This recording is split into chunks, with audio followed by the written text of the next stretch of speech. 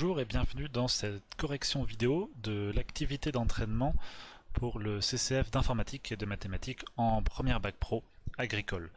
Je vous présente cette activité qui a été construite pour essayer de regrouper les compétences qu'on peut attendre dans un CCF de Teams. Ce n'est pas exhaustif, mais c'est un bon exemple de ce à quoi ça pourrait ressembler. Voilà, on va commencer, donc on lit. Contrairement à ce que l'on pourrait penser, la répartition filles-garçons à la naissance n'est pas totalement égale. Il y a légèrement plus de garçons que de filles.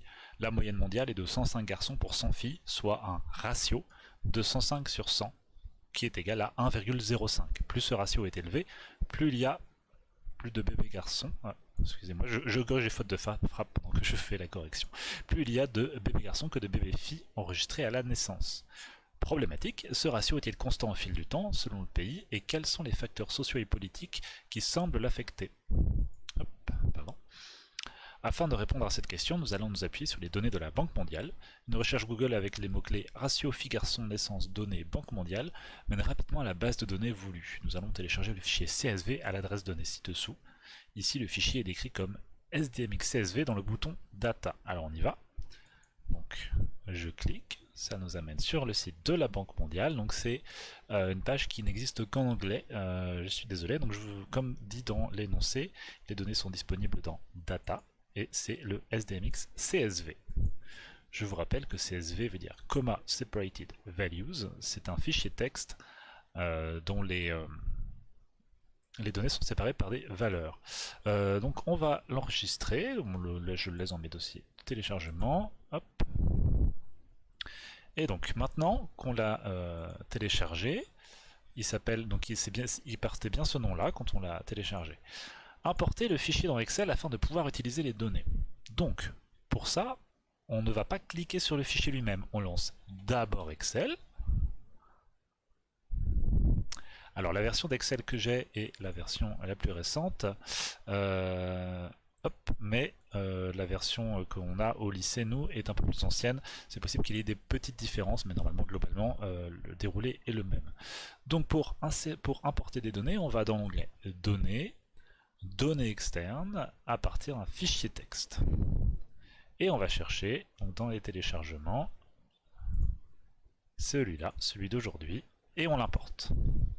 Donc dans la fenêtre d'importation de Excel, on a déjà un premier choix entre délimité et largeur fixe. Délimité, c'est expliqué, les données sont délimitées par des caractères qui séparent chaque champ de données. Largeur fixe, en revanche, les champs sont alignés spatialement dans le fichier et espacés par des caractères espaces qui viennent aligner les nombres entre eux. Donc la plupart des fichiers CSV sont des fichiers délimités. Donc on coche délimité, on fait suivant. Donc pour l'instant, l'aperçu des données qu'on voit là, on voit que les données ne sont pas encore séparées. Il faut qu'on puisse dire au tableur quel caractère sépare les données entre elles. Pour l'instant, la tabulation est cochée, mais visiblement ça ne fonctionne pas. Si on coche point virgule, ça ne marche pas non plus. En fait, il faut vraiment regarder les données, et on se rend compte que là, par exemple, on a data structure, virgule, autre chose, virgule, i, virgule a, virgule annual, virgule. On a plein de choses qui sont séparées par des virgules. Donc si on coche virgule, et ben voilà. Visiblement là, Excel se rend compte que si c'est séparé par des virgules, il s'y retrouve un petit peu et il voit qu'il y a plein de colonnes différentes avec plein de données qu'on va pouvoir analyser. Et on peut donc faire suivant. Il nous demande des choses, des petits détails sur les données. C'est pas très important. On peut faire terminer. Il nous demande s'il doit mettre ça dans une nouvelle feuille dans la feuille de calcul existante ou une nouvelle feuille de calcul. On peut mettre dans la feuille de calcul, mais c'est pas mal de lui demander de mettre ça dans la première cellule quand même pour pouvoir s'aligner. Fait OK, et voilà, tout rentre. Voilà, on vient d'importer le fichier dans Excel. Donc ça, c'est bon. Nettoyer le fichier afin de ne garder que 3 colonnes, les noms de pays, les années et les valeurs des ratios correspondantes. Donc, valeur numérique de type 1,083 ou 1,12. Donc ça c'est pour la colonne du ratio. On vous dit que ça sera des valeurs numériques de ce type-là, pour pouvoir reconnaître la colonne. Donc les noms de pays, les années et les ratios. On retourne dans le tableau et on cherche nos colonnes qui nous intéressent. On voit déjà que les noms de pays, visiblement, ils sont là. Donc la colonne s'appelle Ref Area Name. Si on regarde un petit peu les colonnes d'avant, eh ben, elles ne nous intéressent pas. Donc on peut les supprimer. Je reste cliqué sur le F et je me déplace jusqu'au A, et je peux faire clic droit, supprimer. Donc il nous faut aussi les années. Donc je me déplace. Il y a beaucoup de choses qui ne vont pas nous servir. Ah, je vois les années 1960. Je vais descendre un petit peu pour être sûr que c'est bien. Voilà, voilà. Les années changent effectivement. Donc ça s'appelle time period. Donc tout le reste, ça ne nous intéresse pas. On fait attention à ne pas supprimer ref area name, donc on ne prend pas la dernière colonne, on ne prend pas la première colonne. Là, on a sélectionné tout ce qui est entre le nom des pays et la time period, c'est-à-dire l'année. Donc je peux supprimer tout ça. Vous voyez, là j'ai les noms des pays, les années. Il nous fallait les valeurs des ratios, et bien visiblement ils sont là. Vous voyez, c'est les valeurs entre 1,0 comme ça. Il s'appelle pas du tout ratio, la colonne. C'est pas grave, on sait ce qu'on cherche. On cherche des valeurs du type 1, quelque chose. Donc on va garder celle-là, et vu qu'on voulait que 3 colonnes, ça veut dire que tout le reste, eh bien, ça ne nous intéresse pas, on peut supprimer. Voilà, j'ai bien les 3 colonnes attendues. Donc c'est bon pour cette question. Assurez-vous que le tableur comprend que les ratios sont des nombres et non du texte.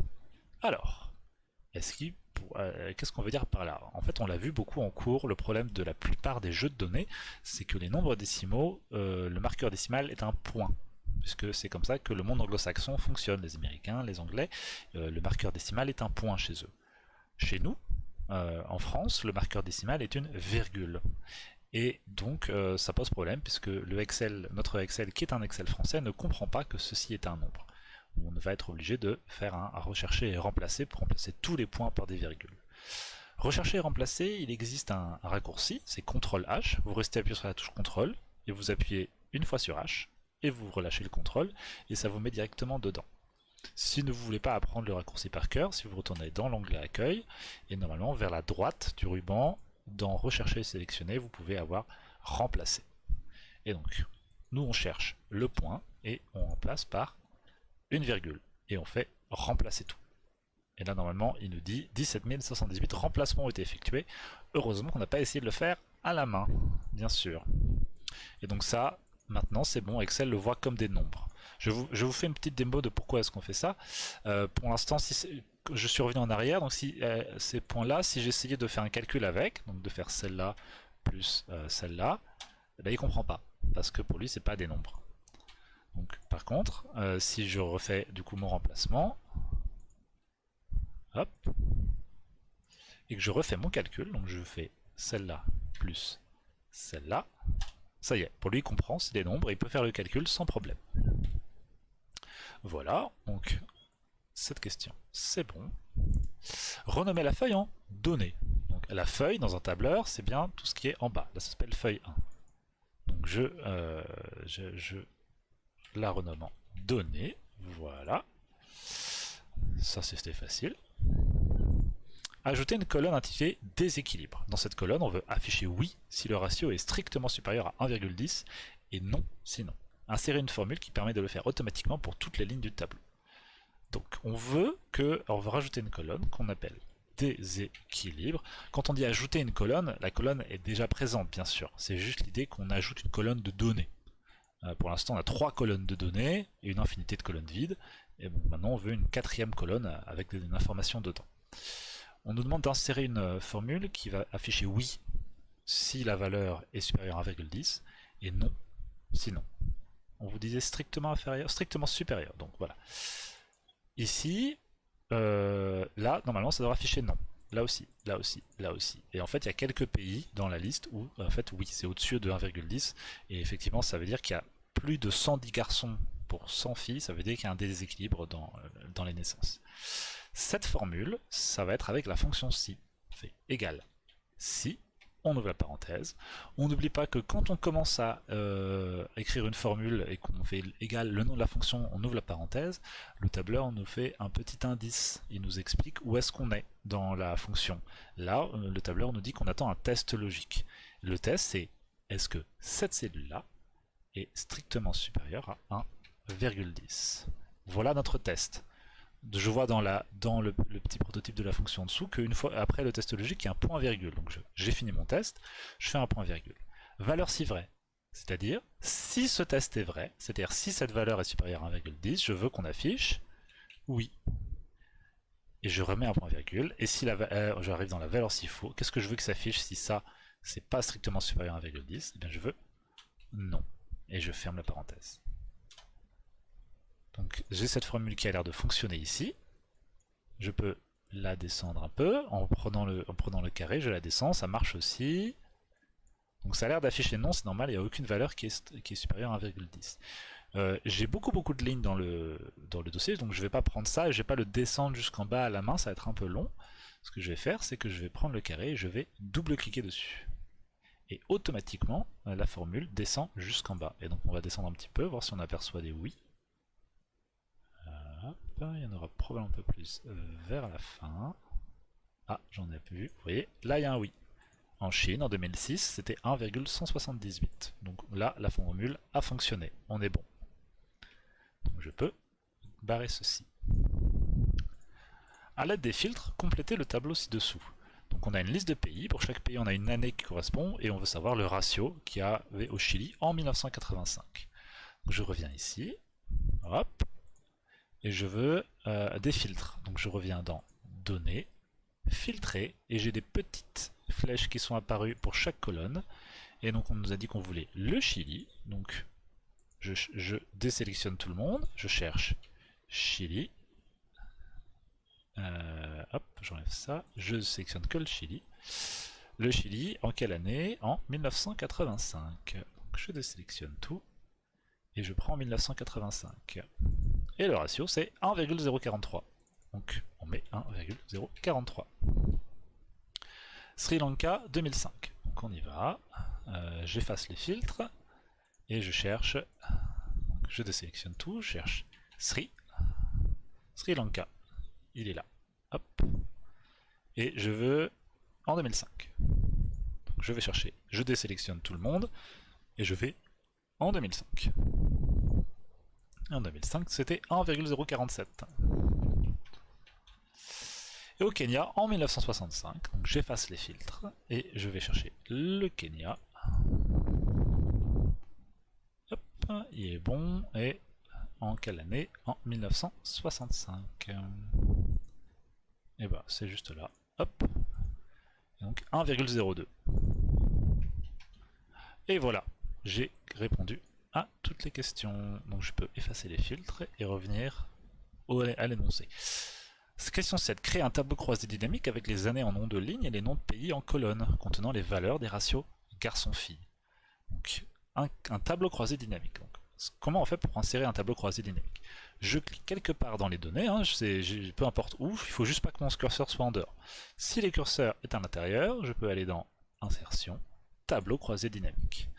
Il me demande de sélectionner un tableau, une plage. On voit que on a un liseré qui clignote un petit peu, de tirets qui bougent autour de nos données. Donc on est bon, c'est bien ça qu'on veut. Et on veut qu'il nous fasse ça dans une nouvelle feuille de calcul. Donc il n'y a pas de problème, on peut faire OK. Et voilà, on est sur la fenêtre de tableau croisé dynamique. Donc on vous a dit qu'on voulait, nous, les années en nom de ligne. Donc les lignes, elles sont là. Vous voyez, vous avez les différentes données que nous, on avait dans notre tableau. Ref area name, vous vous souvenez, c'était le nom du pays. Time period, c'est l'année. Et ops value, c'est le ratio. Donc si on veut les années en ligne, c'est ça? Pardon. Les nombres des années en nom de ligne. Donc time period en nom de ligne. Et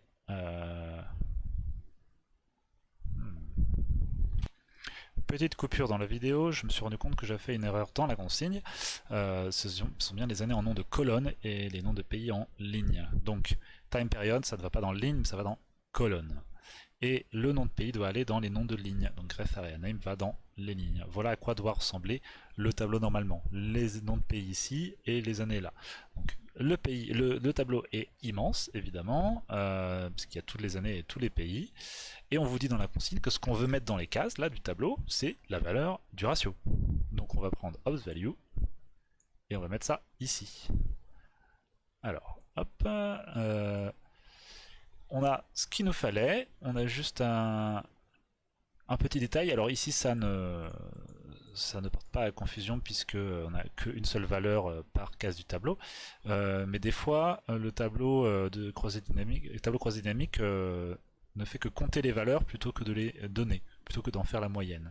Donc là, on peut aller dans paramètres des champs de valeurs et on peut toujours choisir si on veut que le tableau fasse la somme des valeurs concernées, soit qu'il compte combien de valeurs correspondent aux critères, ou qu'il en fasse la moyenne. Il y a même d'autres choses qu'on peut lui demander.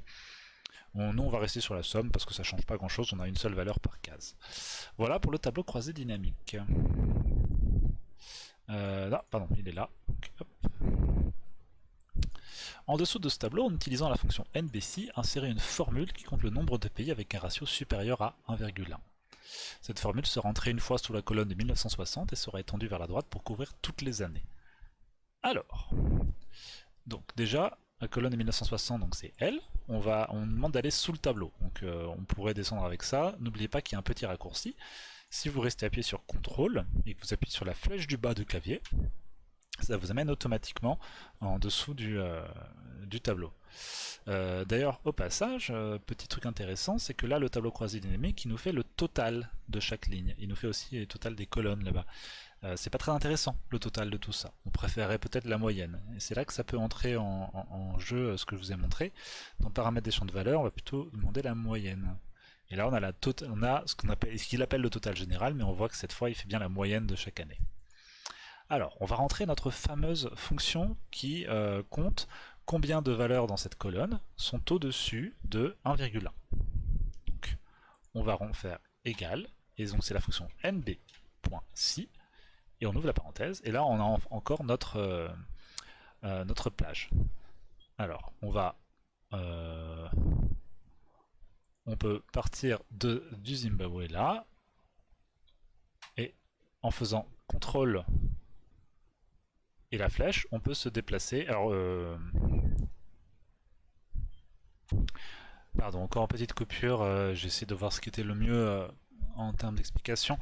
Donc ici, pardon, donc NBC, et on veut lui demander donner la plage de valeur à regarder. Donc on veut tous les ratios qui correspondent à 1960. Donc on peut commencer au Zimbabwe, on reste cliquer, et hop, on remonte jusqu'en haut du tableau. En fait, le tableau, là, on peut se permettre de le faire à la main. Il n'est pas si grand que ça, vu que chaque ligne correspond à un pays.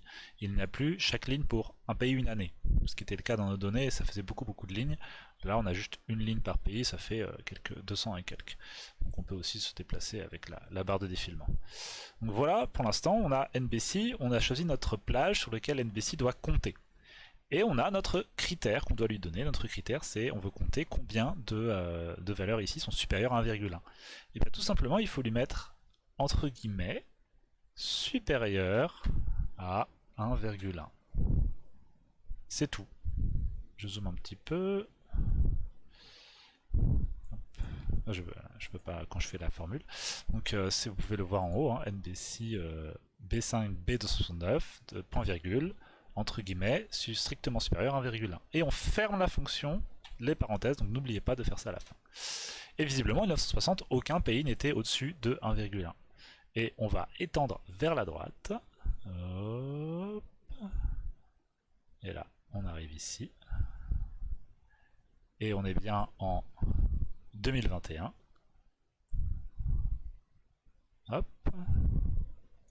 Et donc on voit que visiblement il y a des pays, il y a beaucoup plus de pays qui sont au-dessus de 1,1 arrivés dans les années 2000-2010 que quand on était en 1960. Vous voyez, il y a clairement une augmentation.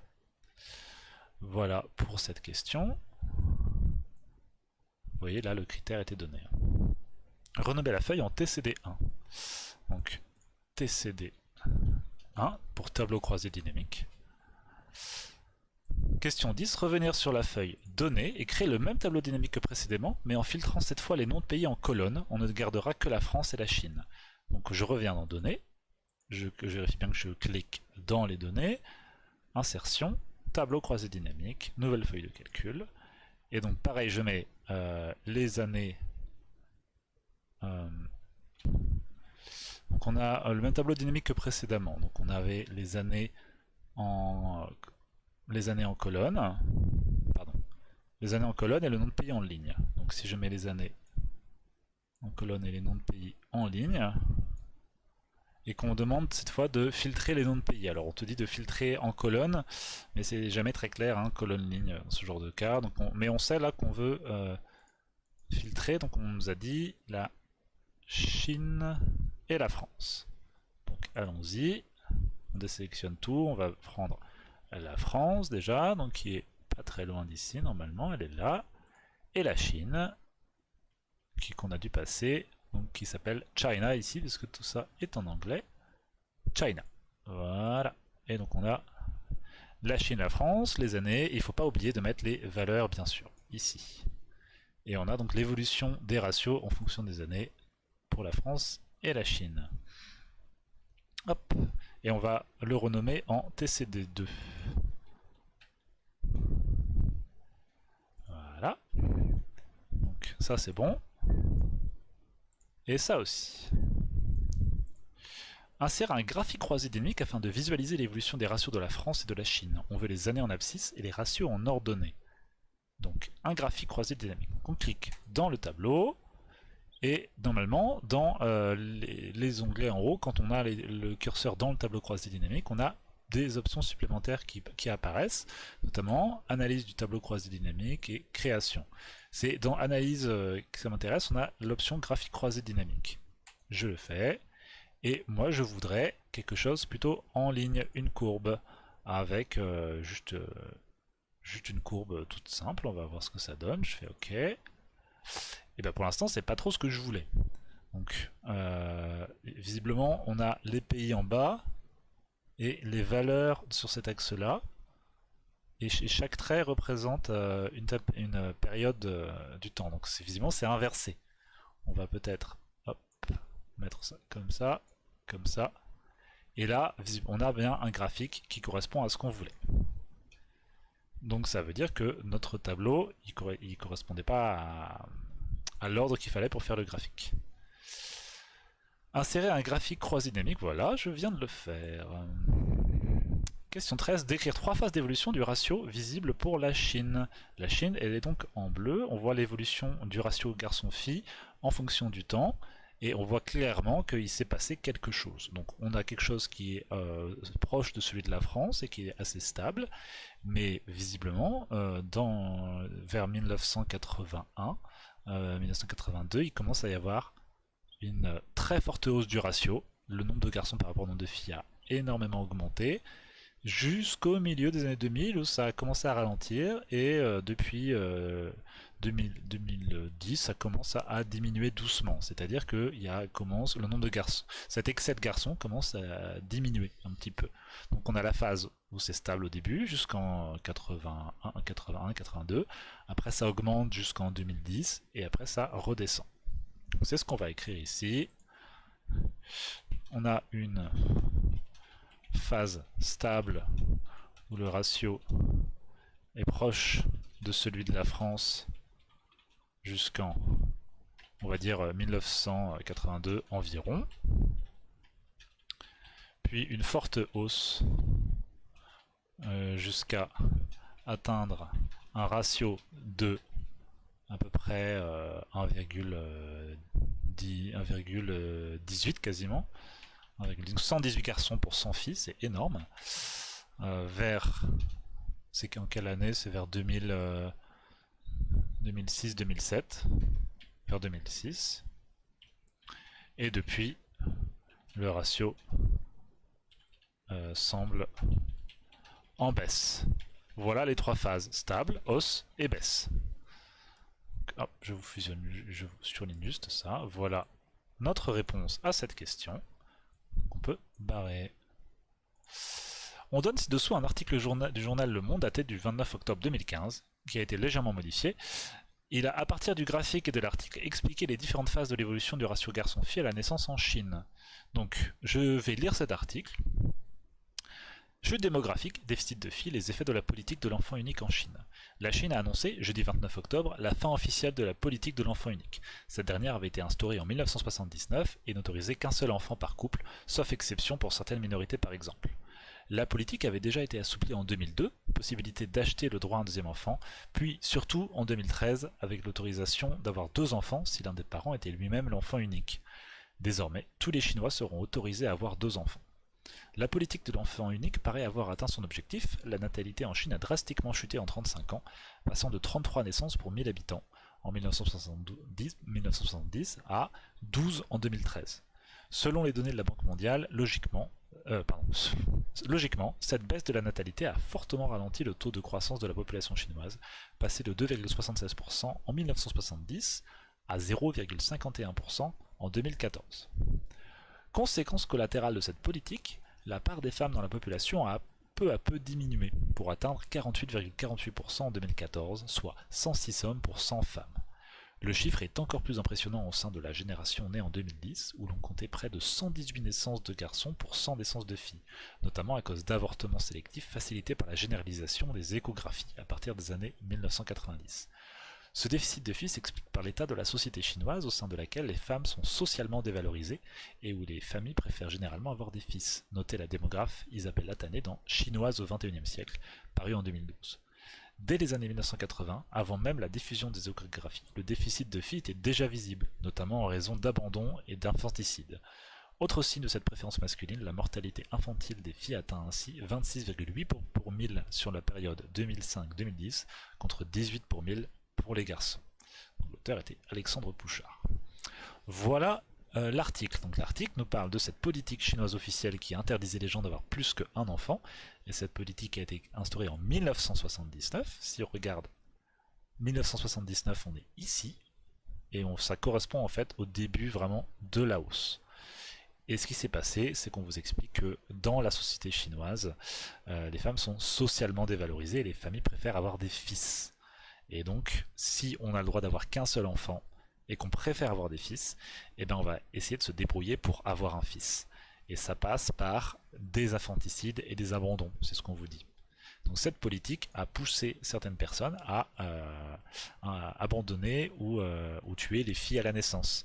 Et ça a été encore pire à partir de la généralisation des machines à échographie qui permettaient de savoir avant la naissance si on avait un garçon ou une fille et d'avorter si c'était une fille. Ça a poussé la proportion de garçons vers le haut énormément.